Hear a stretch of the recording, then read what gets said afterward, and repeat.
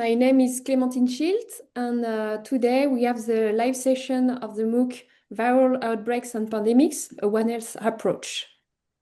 So today I'm here with Laurie, Pinaud, your community manager, and our directors are with us as well, Pierre-Emmanuel Ceccaldi, Arnaud Fontanet, Jean-Pierre Vartanian, and Stefan Zientara. This session will be in English. If it's difficult for you to understand in English, you can also activate the transcription, and it will help you to read the subtitle. And so the floor is yours, Laurie. Hello, everyone. So I'm Laurie Pinaud, your community manager. Maybe I will ask the four directors, the four speakers, to briefly introduce themselves, like in 1 minute, if you want. Stefan? Okay, hello everybody. So I'm Stefan Zientara. I'm director of the Animal Health Laboratory in ANSES, which is a national agency for food safety and animal health, I would say. I'm based in Maison-Alfort in the campus of the vet school near Paris. And by the way, the vet school in Maison-Alfort is the oldest vet school in the world. And I'm a veterinarian and virologist. Thank you. Pierre-Emmanuel? Hi everybody, I'm Pierre-Emmanuel Ceccaldi, professor of virology at Université Paris-Cité, and I work at the Pasteur Institute. Jean-Pierre? Yes, my name is Jean-Pierre Vartanian. I'm a research director at the Institut Pasteur. I'm a virologist and I'm working on the Department of Virology. And Arnaud? Yes, good afternoon. My name is Arnaud Fontanet. I'm an infectious disease epidemiologist working at Institut Pasteur, where I head the emerging disease epidemiology unit. Thank you.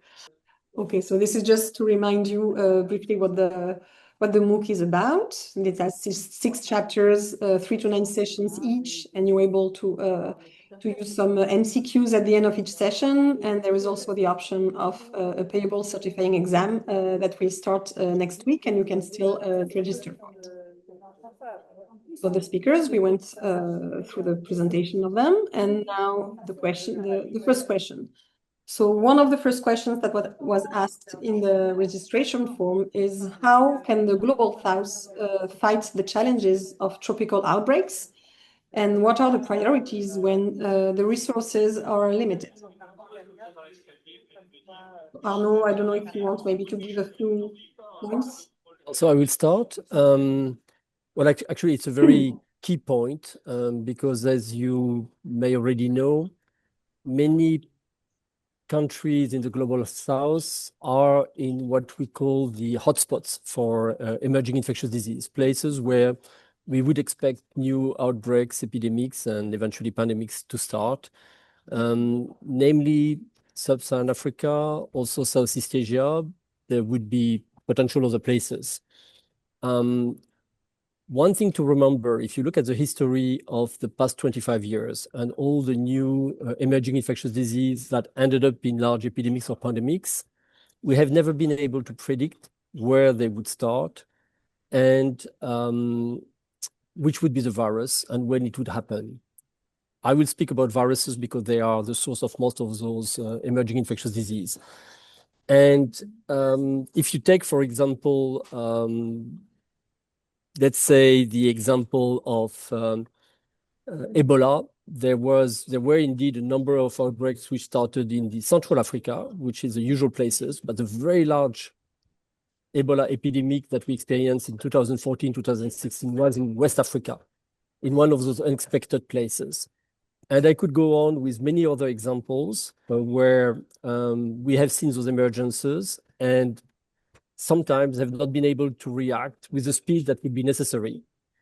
If I take this example of Ebola, had we had a chance to have in West Africa teams experience in identifying this outbreak, maybe it could have been contained much earlier than it happened.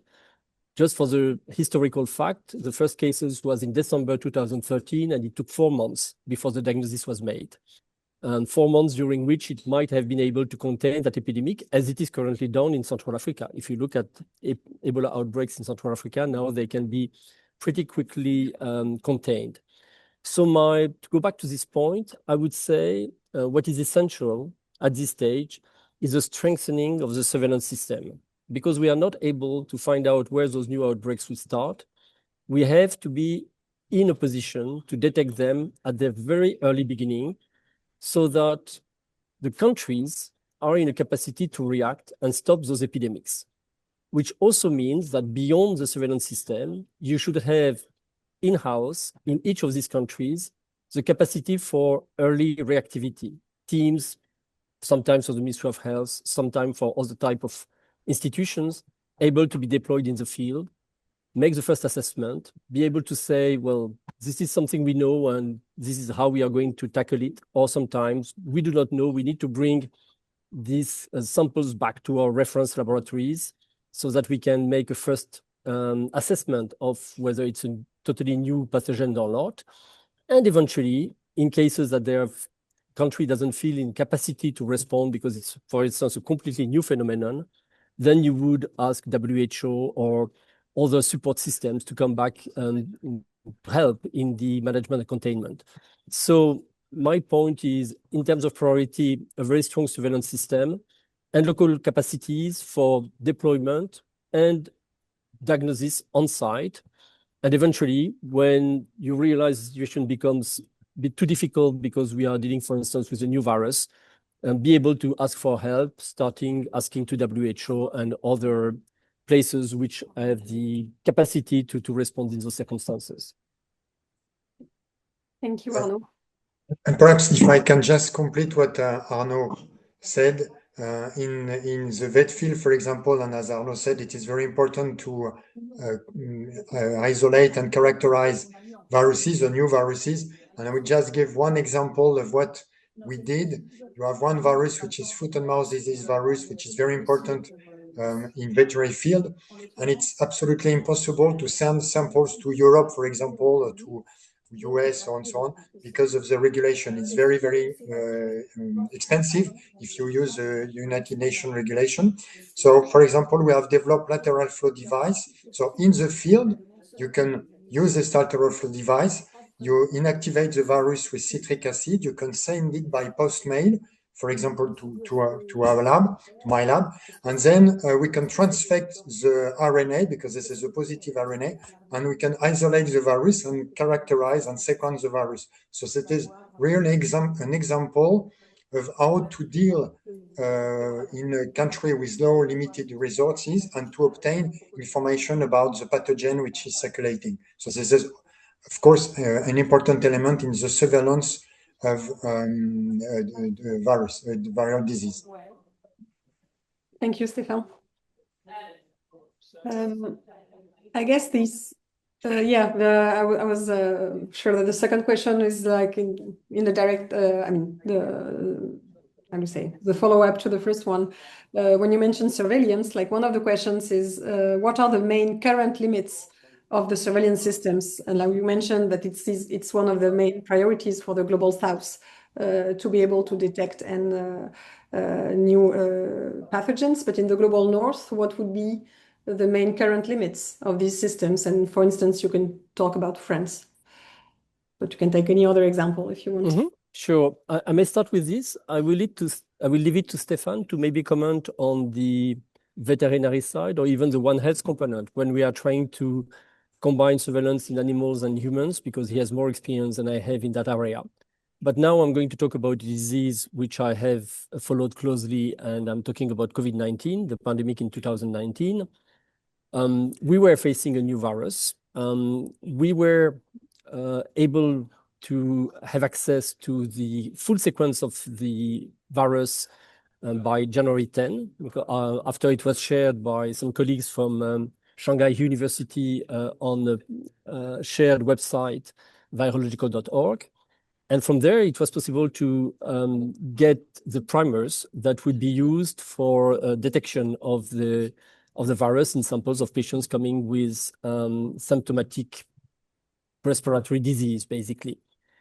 But we realized quickly that it's something to have a diagnostic test, which we knew was very effective, but it's a different story to be able to have that test available at the level of a country, for instance. And we had the two national reference centers in Paris and in Lyon preparing those primers, sharing them with what we call our reference hospital for infectious disease, so that at least there would be on the French territory maybe 20, 30 places initially capable of doing this diagnosis.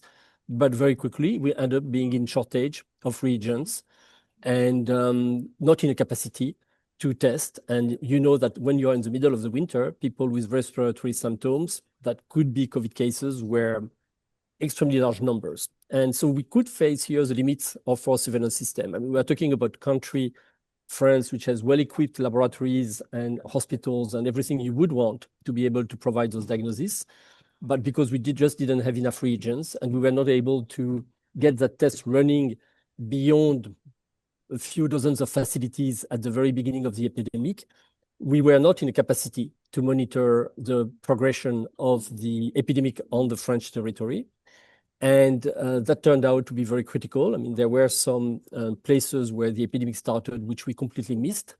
One place that Laurie knows very well because we worked there, a city which is 100 kilometers north of Paris, Crépy-en-Valois, where we understand now that the epidemic started in mid-January and went completely unnoticed until end of February.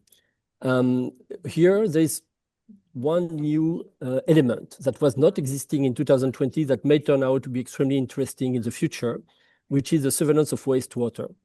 There is now a capacity to test in wastewater different types of viruses. It initially was designed to test viruses that would be excreted in the feces or urine, and particularly the poliovirus was a very good example of wastewater surveillance. But we realized with COVID-19 that the respiratory virus end up in our digestive tract because we just swallow our saliva, for instance, and our respiratory secretions. And therefore, it is possible to detect in the wastewater viruses like influenza and coronaviruses. And that could be an essential tool for surveillance for future epidemics, because if you have, as we now have in France, through network, there are two different networks working together, Aubépine and Sumo, that are dealing with plants for wastewater treatment all around the country. And here we are in a capacity with the wastewater to cover a population of, I would say, tens of thousands of people with relatively few tests, because you get a sample of this wastewater, and if the virus is there, you can test for the presence of the virus. And if you have a new virus, if you have your new primers, I mean, then you are able to cover nationally a number of places that could be strategic, close to urban areas, and have very early signals compared to the situation we had in early 2020, where we were very dependent on very few tests in hospitals and were missing basically community outbreaks. I'm not saying that it's going to be working 100% each time, but it's something new that has been implemented now that could be used for the future in case of pandemics in the global north. Stefan, your turn. Yeah, thank you, Arnaud. I would say that since 2020 and the COVID-19 emergence, things have really been improved in France, I would say, because before, and we had two different systems, the veterinary system and human system, and during the crisis, I was very surprised that it was very difficult and at the beginning almost impossible to be involved in the PCR test system as veterinary lab. Although we have in France a very efficient and big network of veterinary labs, which have automats. I know some labs which are able and which were able in 2020 to test more than 3,000, 4,000 samples per day by PCR with normal PCR, which are accredited, which are following quality assurance system.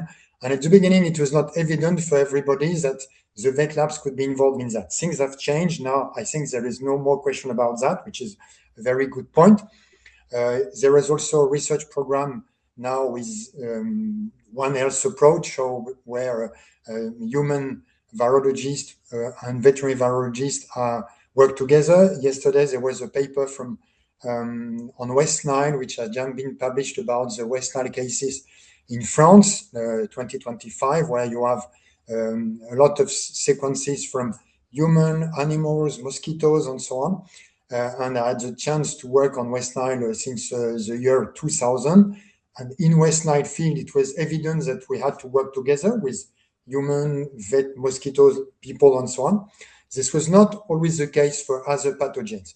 And now really, I think that people have understood that for One Health approach, we need to work together to have the same operating procedures, the same methodologies, the same technology, which is the case. If I just take the example of virology that I know a bit, really we follow exactly the same, we use the same technology, the same approaches. And so this is something which is very important. Perhaps one limit would be in France, would be the fact that we have very few high confinement laboratory for animal experiment. There is one or two, there is one big in Germany, but for example, in France, if we would have a pathogen very dangerous that need to be worked in a BSL-4 facility, we don't have that in France. This is really a limitation, so we have to improve our system, but I think it's much better than it was 5 years ago. Thank you. Maybe we have like a follow-up question in the Q&A section, because Arnaud, you mentioned checking for influenza or COVID-19 viruses in the wastewater. And so Augusta is asking, how can we test from wastewater the influenza and COVID-19 while they can't survive outside living organs, humans or animals? Well, in fact, you're looking for the genome of the virus itself. Therefore, and I'm not a specialist in this, I don't know how long it would survive in environment influenza, but the genome itself is something that you can detect, and the virus doesn't need necessarily to be alive for its detection. Maybe Stefan knows better than me and can answer on that. Yeah. The infectivity of the virus, influenza, can be as long as many weeks or months. It depends of the temperature and so on, but it is possible to find infectious virus in the environment.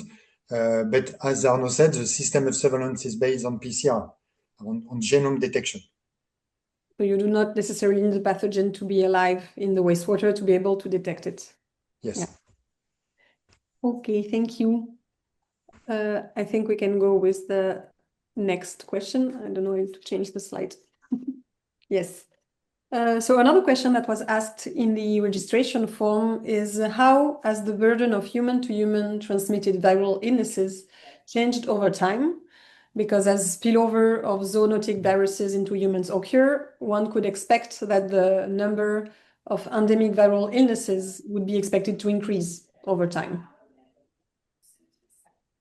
Stefan, do you want to start or I go ahead? Up to you. No, we can continue. Okay, so Easy one. I'll take the first part of the answer. Spillovers have been largely documented, and you can find papers that are going to tell you the incredibly large number of spillovers that occur with one critical time, which is whether this virus that usually comes from animals, and you understand that most of them, again, we are talking about zoonotic viruses here, would come from animals. But what critical point is whether they become transmissible from humans to humans. I would say the most dramatic case that we are currently watching very closely is H5N1, where that virus has been able to infect humans more than 1,000 times in the past 25 years. But fortunately, so far, there has been virtually no human-to-human transmission, and therefore we have not had the start of an epidemic.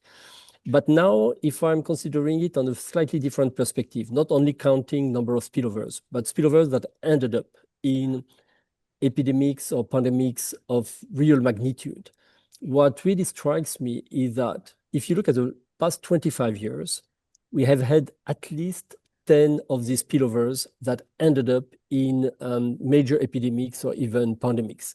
Just to quote a few of them, I mean, SARS in 2003, we had H1N1 in 2009, we had MERS in 2012, We already mentioned the Ebola outbreak in 2014 in West Africa. We had Zika in 2015, COVID-19 in 2019, and more recently, Mpox. If you look at the last 50 years of the 20th century, if you're really looking at epidemics that of significance, you would find, of course, HIV/AIDS, which was major emergence. Although if you really look at the time where the virus emerged, it's probably more in the first half of the 20th century, sorry. But other than that, you had indeed Ebola outbreaks. We had the prion disease, which were a certain form of emergence, not a virus, a different type of organism, if I can say. It's not a microorganism. I don't know how to qualify it. I mean, prion is a very special case, and Stefan knows that better than I do. But basically, there were very few events. And what I can say, at least for the emergences that ended up in major epidemics or pandemics, clearly in the past 25 years, we have seen an acceleration of that. And it has to do with opportunities of contacts between animals and humans, and we can discuss that later. And it has also to do with the capacity after for those clusters to turn to epidemics or pandemics. So clearly an acceleration. It's something that we should be concerned about.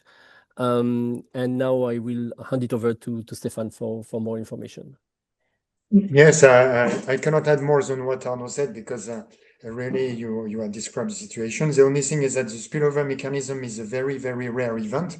But when you have many occurrences of such a rare event, at the end it can succeed, as Arnaud has illustrated. The only thing is the human-to-human transmission needs really like an immunization, if we take the example of viruses, which is another step. So you have many steps to go from an animal to have adaptation from an animal to human, and then after to be humanized and to spread into the human population, which is another thing.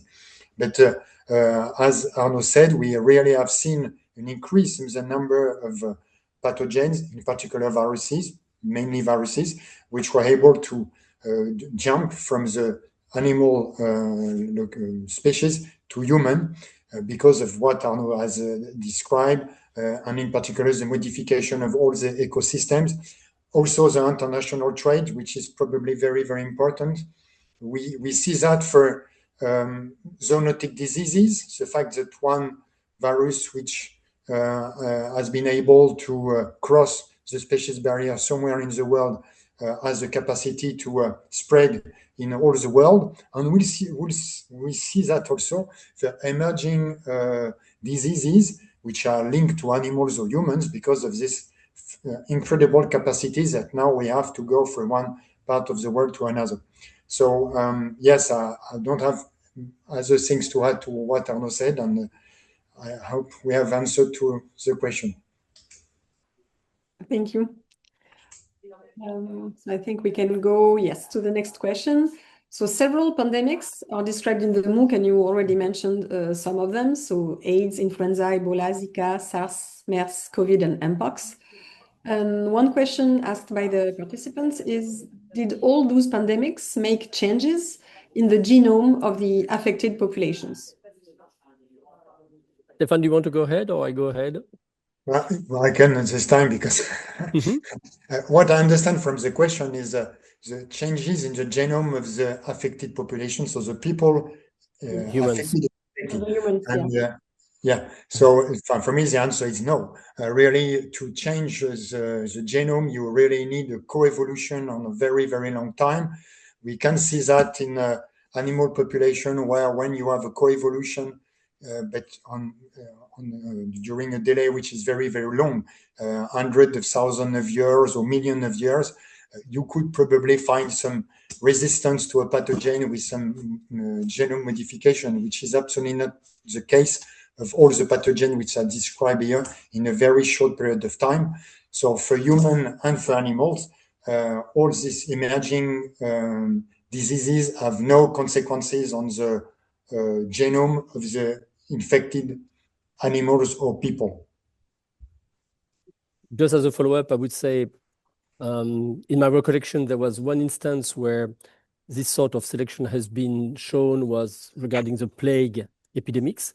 Plague was a disease, bacterial disease this time, that was circulating, and in the 14th century there was a massive epidemic in Europe, and which has been very dramatic. I mean, in some urban areas, 1/3 of the population died.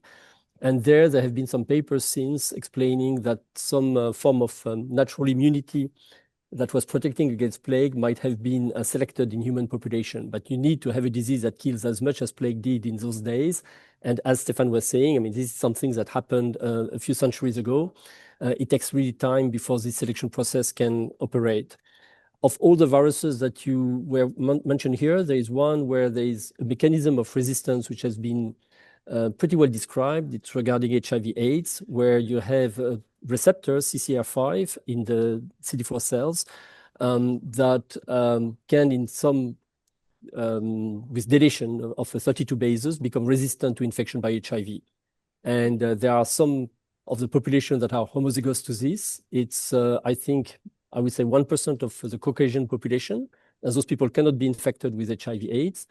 And in the heterozygous form, I think it's about 17% of the Caucasian population, and those people can be partially infected and eventually have a longer natural history of infection.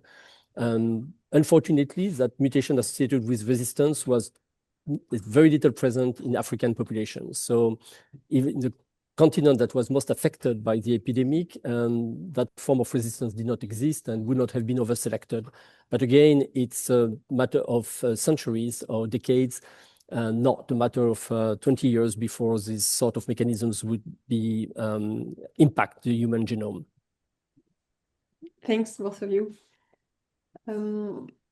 Yep. So another question that was asked today, actually, among the last persons to register to the live session, is about specifically the Nipah virus in bats. And this person was wondering if we have any data on the circulation of this virus in bats by country, and in particular in Laos. So I may take this one because I was fortunate enough to follow a conference, a wonderful conference by an ecologist named Jonathan Epstein, who is working on the Nipah virus. And he was at Pasteur last week.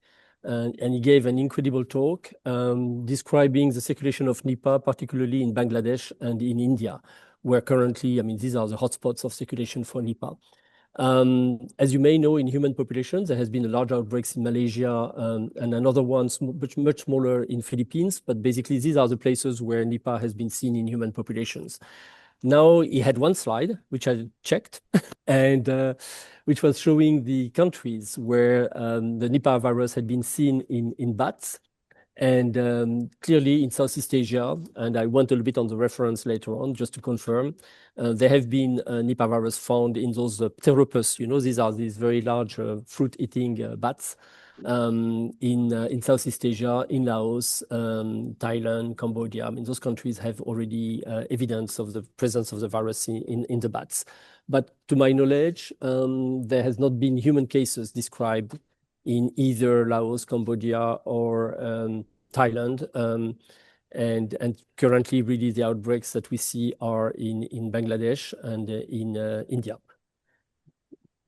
Thank you, Arnaud. And I think the last question that we have that was asked ahead of time, and it kind of goes with one question we have in the Q&A, is about science and politics. Specifically talking about the fact that on February 11th, so earlier this month, news reported that the FDA in the United States has refused to review Moderna's application for an mRNA influenza vaccine, while the clinical trials performed by Moderna showed improvement over control. And they had been previously reviewed by the FDA. So the question is how, in your opinion, can medical science and public health communities help overcome political opposition for best practices? It's kind of an open question. Stefan, do you want to start or? I would say by voting, but if you want to, you are more involved in this things. It's okay. really good. No, basically, I would say it's interesting because basically we are talking here about the Trump administration, and we have to remember that in the 2020, when Trump was president, 1 billion was given to BARDA for the development of a vaccine against COVID-19, and that has been extremely helpful to Moderna, that company, to develop their mRNA vaccine, which, if you combine it with the vaccine from Pfizer, we estimate that 20 million lives were saved by those vaccines during the COVID-19 pandemic. So that was really a very powerful move from the Trump administration in 2020, supporting an mRNA vaccine that proved to be incredibly important during the course of this pandemic. And now there was actually a $500 million commitment to Moderna for developing an mRNA influenza vaccine, which was already cancelled a few months ago. And we hear now that they are even going further by not even reviewing the progress of this vaccine. So, well, it's a more general phenomenon that you have seen, which is quite complex to follow with the Trump administration and this very ambivalent position towards pandemic preparedness and the vaccines. What is also, you may have seen, if you look at Nature today, a paper was published where the NIH director has asked to remove from all the grants proposal the terms pandemic preparedness. So it's you no longer can apply for pandemic preparedness to NIH funds. You have to find different words, like a disease that spread fast, promoted by infectious agents, whatever you want, but you should not have the words pandemic and preparedness in it. And it's actually really worrisome to see all those events, because we feel that we are going backwards in many different areas. One of the comments which was made by the NIH administration is that measures that were taken in the States have been very impactful for the population, but not very useful for the control of the epidemics. But I think they were not taken to the full extent that should have been taken, and that's why indeed the excess mortality in the States has been very high compared to many other industrialized countries, starting with Western Europe. But in a way, we will have to deal with this now, and we just hope that at some point reason will come back, and because it's really important for the rest of the world that the US continue to play the key role they have played in the response to pandemics, but also to the surveillance. The withdrawal from the states, from WHO, from the committed funding for USAID in the surveillance of viruses and other potential epidemic pathogens worldwide will have consequences. And many low-income countries were relying on this support to perform their surveillance. I'm coming back to the first question that was asked. And withdrawing all this support will have medium and long-term consequences, if not more immediate one. I mean, if things start to go wrong with H5N1, it will be much more difficult in the States to follow the progression of the epidemic, considering the way they have now reduced their surveillance capacity. Perhaps probably to complete what Arnaud said and to answer to the question, the role of medical science and public health communities. In the US, for example, you see an increase in the number of cases of measles because of lack of vaccination. So really, this is something that medical science can show as consequences of some political decisions. The only difficult thing is that for that you need to have some means and money and yes, possibility to collect data and to do a proper scientific analysis of the situation. So that's where the politicians are very important, because if you don't give the capacity to these people to do some science, it will be very difficult. But then as a way, probably the medical science will show that some decisions have to be improved, else we are going in a difficult situation. So this is probably the positive way to see the future, and that we never have to forget that all the democracy are very fragile, and so we have to maintain what we have at the moment. thank you.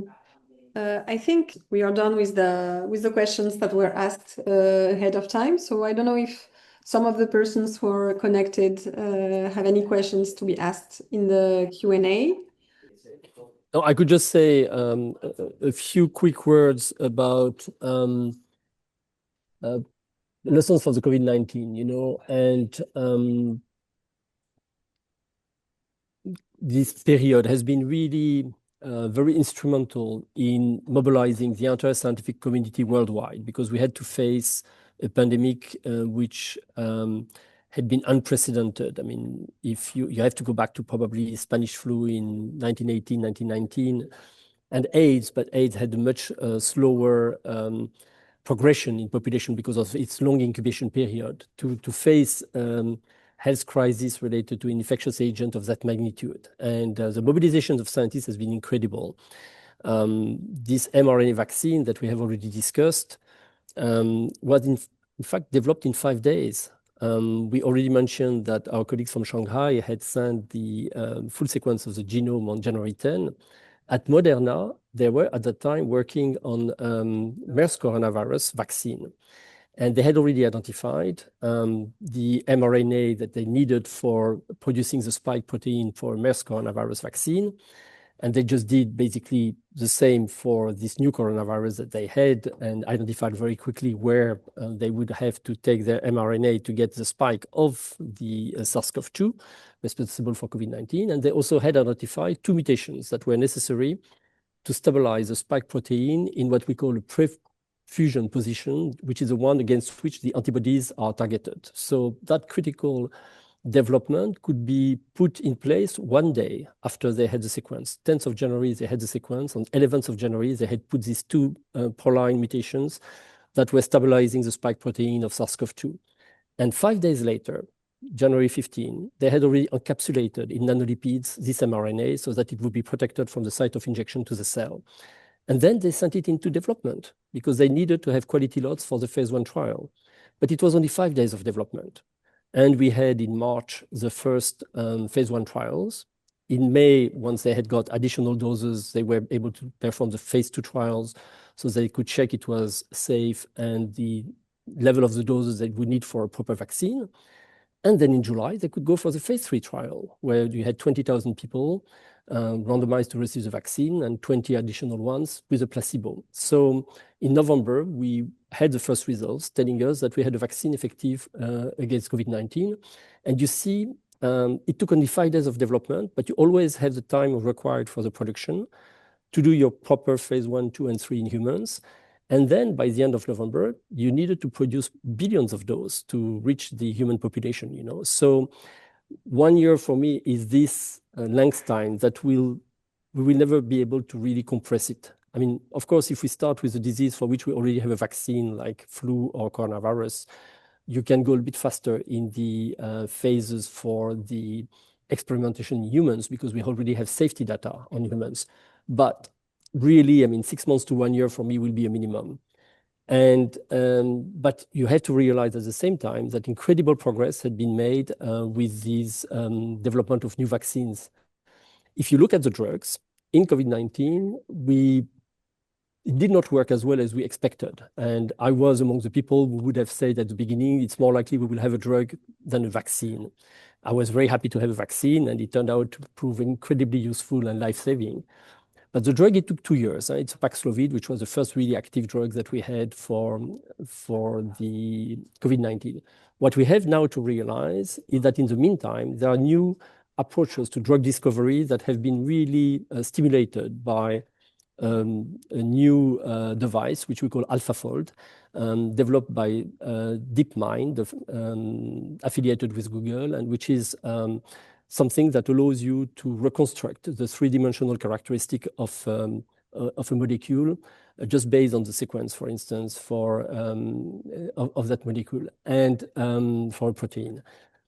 And that allows you to have this 3-dimensional shape of your molecule. And even in the latest version of AlphaFold, AlphaFold 4, you can have it dynamic. If it has to interact with a receptor and changes will take place, you can have that visualized with AlphaFold 4. It got the Nobel Prize in 2024 as a discovery.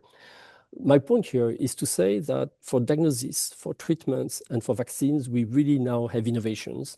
And I hope that we can capitalize on the fact that if a new pandemic comes within a year, we would at least have either a vaccine or a drug. It's maybe optimistic, but I think it's a bet that we can now sort of safely assume. But it also means that we will have a first wave. The same way we had this first wave with COVID-19, we have to realize that if a new pandemic starts, before we have either a vaccine or a drug, several months will take place. You need to produce them in billions of doses for human population.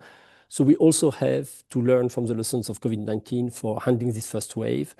And that's something that will become extremely difficult. Because if I want to make a long story short, what we realize is that the recommendations made to control the circulation of the virus, when I talk about SARS-CoV-2 for COVID-19, countries which did best were countries where there was a high level of trust of the population in their government and in the health authorities. Regardless of the measures that were taken, they were not the same according to countries, but clearly this level of trust has been probably one of the strongest determinants in the capacity of the populations to adjust and to this upcoming first wave of COVID-19. And that's where my worry is. We already mentioned in this webinar progress which have been made in surveillance with the wastewater treatments, vaccines, diagnosis. Everything can go very fast now. But when you will have to take measures to control the circulation of the virus in the population, you need trust. You need trust in your governments, you need trust in your health authorities. And that level of trust has been very much damaged by all the misinformation that has been circulating. So if one of your questions had been, what is the biggest threat that we have for the coming decades when it comes to pandemics, I would have said misinformation. And I'm really concerned about the deleterious power of misinformation when we will have to face a new pandemic. The tools, we have made immense progress in development of these new tools, but we absolutely need to reestablish this trust in science, this trust in our governments. And unfortunately, in many countries, the trend is not going in the right direction. So I'm very happy that this type of webinar can take place, because I think this exchange of information among all of us is an opportunity to reinstall trust into scientific expertise. I hope we are making a case for it. But I think it will be absolutely crucial for if we have to manage future pandemics. Thanks, Arnaud. I think what you just mentioned goes, well with one question that was just asked in the Q&A about vaccines and vaccine hesitancy. So I will read it. It's how about vaccine safety check in developing nations? There is a big vaccine hesitancy among mothers to give vaccines to their children, for instance, with the measles vaccine. How can nations and science, let's say, can help deal with this kind of concerns? Mm-hmm. So yes, I think vaccine hesitancy is currently among the different aspects of mistrust and area of specific concerns. It has to do with a specific stand that the Trump administration has taken with Robert Kennedy, with a mistrust against a number of vaccines. And as Stefan was mentioning, it is ironical that this year is a year where the US are experiencing the worst measles outbreaks they have had in the last 30 years. For the first time, they had death in the past 20 years.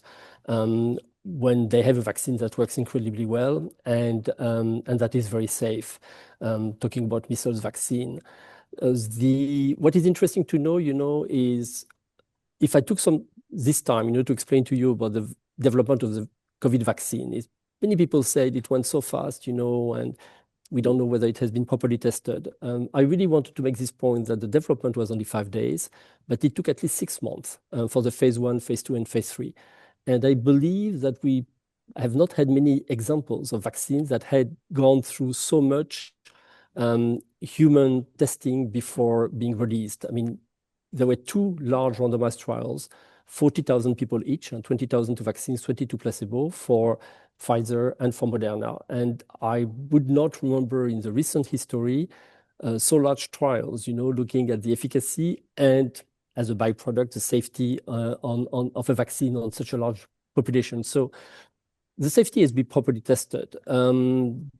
But again, it will always be very difficult to go against all the misinformation that can go at the same time.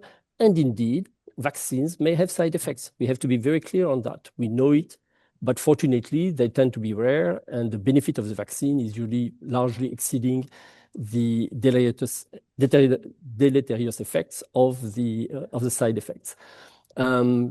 Just to finish on this, because we are talking about Africa, I think somewhere I read, but maybe I'm wrong, or maybe low-income countries.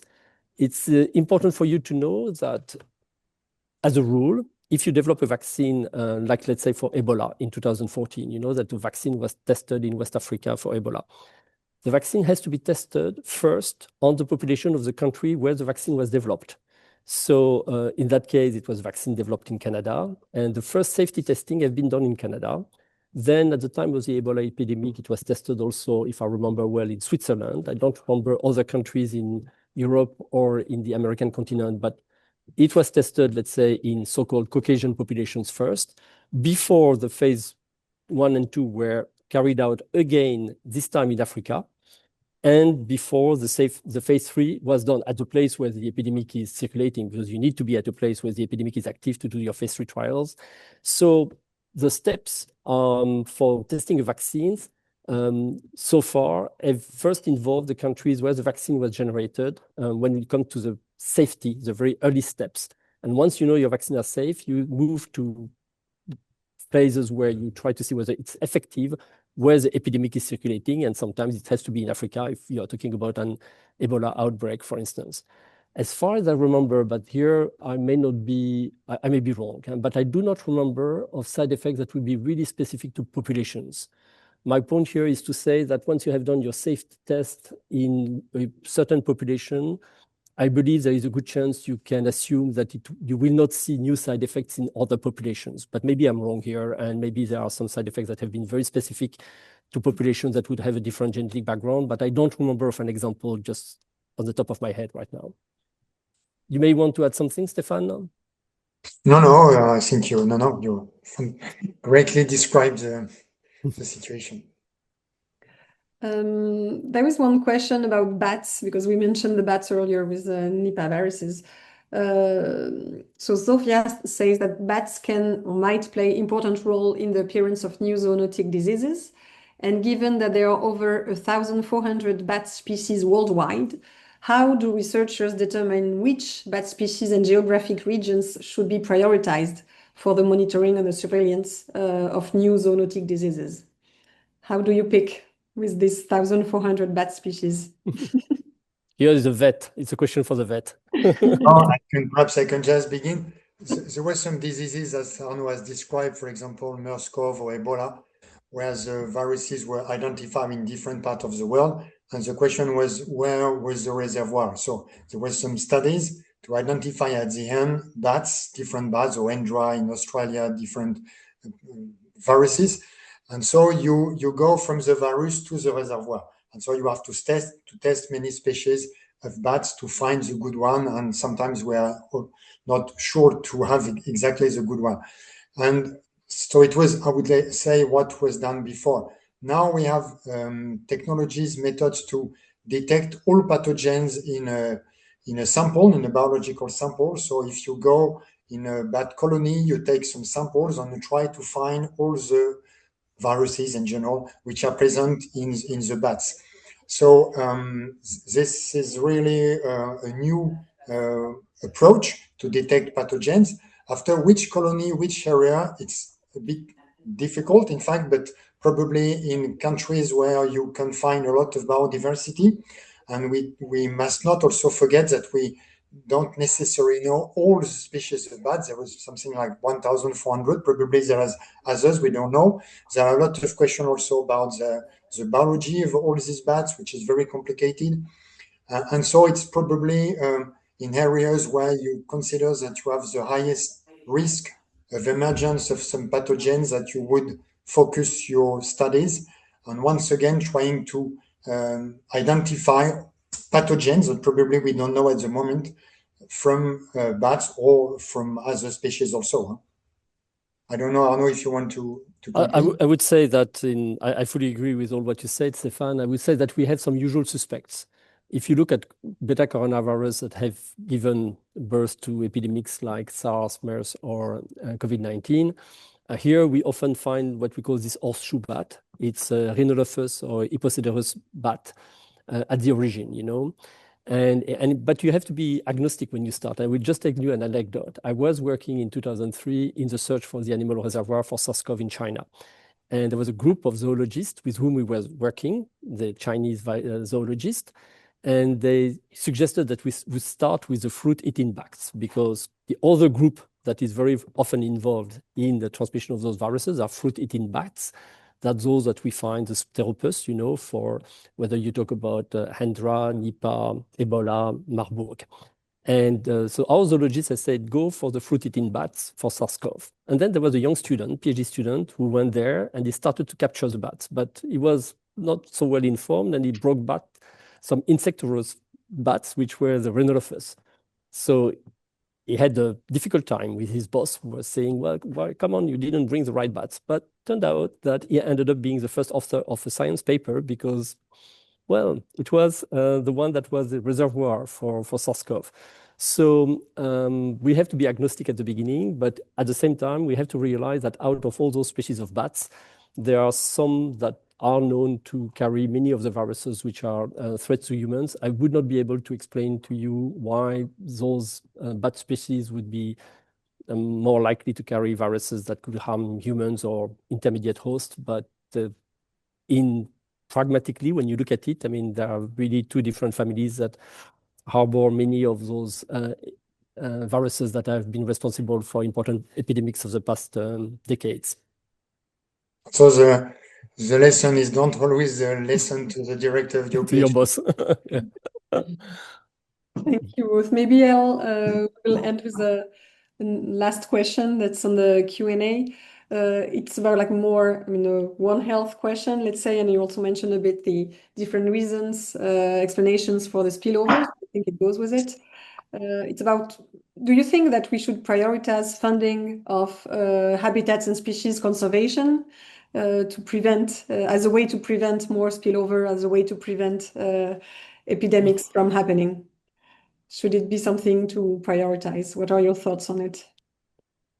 Probably the thing is to avoid to have too many contacts between human and animals, because at the moment we see that human population is going more and more in areas where the wild animals were living, and so you increase the contacts between wild animals and human, and so we should respect the ecosystem as both, which is probably easy to say, a bit more complicated to do in practice, but this is probably how things should be managed. But it depends of the countries, it depends of the economy, of many things, but really this is probably one point to maintain free areas where you have wild animals and limit the connection with human population. Yeah, I think as a take-home message, I mean, leave the wild animals where they are and provide them proper habitat. You know, the deforestation, for instance, is displacing colonies of bats and has been associated with a number of migrations of bats that have brought viruses to other places, and it's true also for other animal species.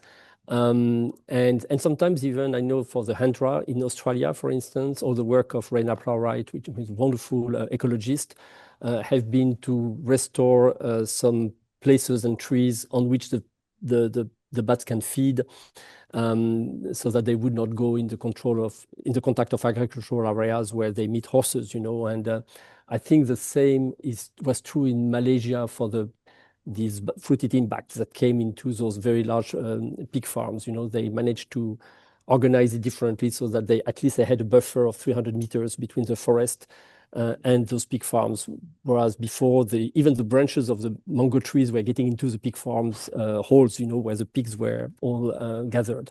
So there are things that can be done to keep those worlds separate, and I think this is quite important. Laurie, if you allow me, I will under a question to an old friend, Omar, who is here, who is asking me. And hello, Omar. Hope you're doing well first. But well, it's a question about the polarization within the epidemiologist community. And he's referring to the John Snow declaration versus Great Barrington during COVID-19, Leipzig, Ioannidis.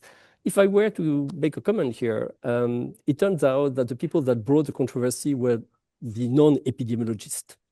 And the Great Barrington, if you look at the people that were at this initiative, you know, was a group saying that all the measures taken to contain the epidemic was unnecessary. They were here typical Nobel Prize, you know, but from different fields. But those people with great minds decided that they would have an opinion on a scientific field which were not their scientific field. And if you that's where I think, unfortunately, they end up being completely wrong. And I think we as scientists, we have to be a bit humble.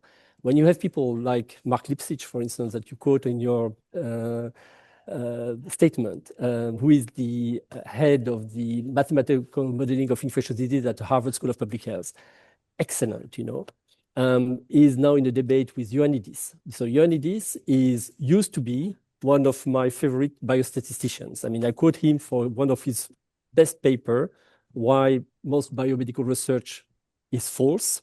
That is published in PLOS Medicine, very provocative. He's an excellent statistician, but he's not an epidemiologist.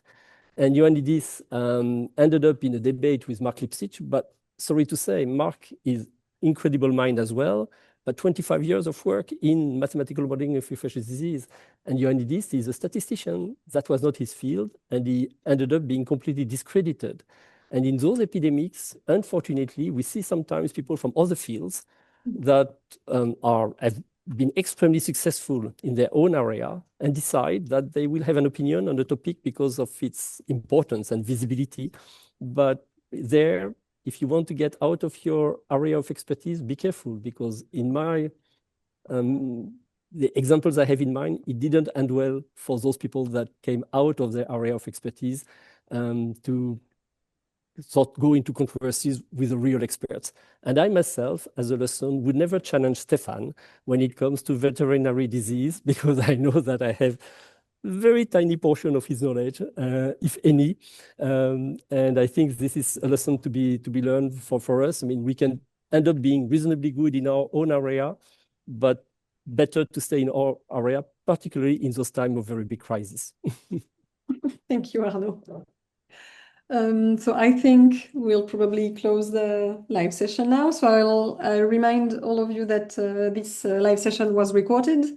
So if you were not there since the beginning, don't worry, it will be available on YouTube in a few days, and I will tell you so in the discussion forum of the MOOC. There are some questions that arrived just at the end of the hour, so we will just write them down and see with our experts if we can provide you with some answers through the discussion forum of the MOOC again. So Clémentine, don't know if yes, just words? A final word. Thank you very much to our directors and to Laurie. And today we had participants from very different parts of the world, like from Canada, UK, Germany, Romania, Greece, Lebanon, Georgia, Saudi Arabia, a lot of people from Africa, South Africa, Egypt, Guinea-Conakry, Chad, Nigeria, Congo. So it's very nice to have such a community with us in this MOOC. And I wish you a very good end of the MOOC. And if you take the exam, I hope you will pass it. Thank you. Thank you. Thank you very much. Goodbye. Thank you very much. Thank you. Bye. Bye.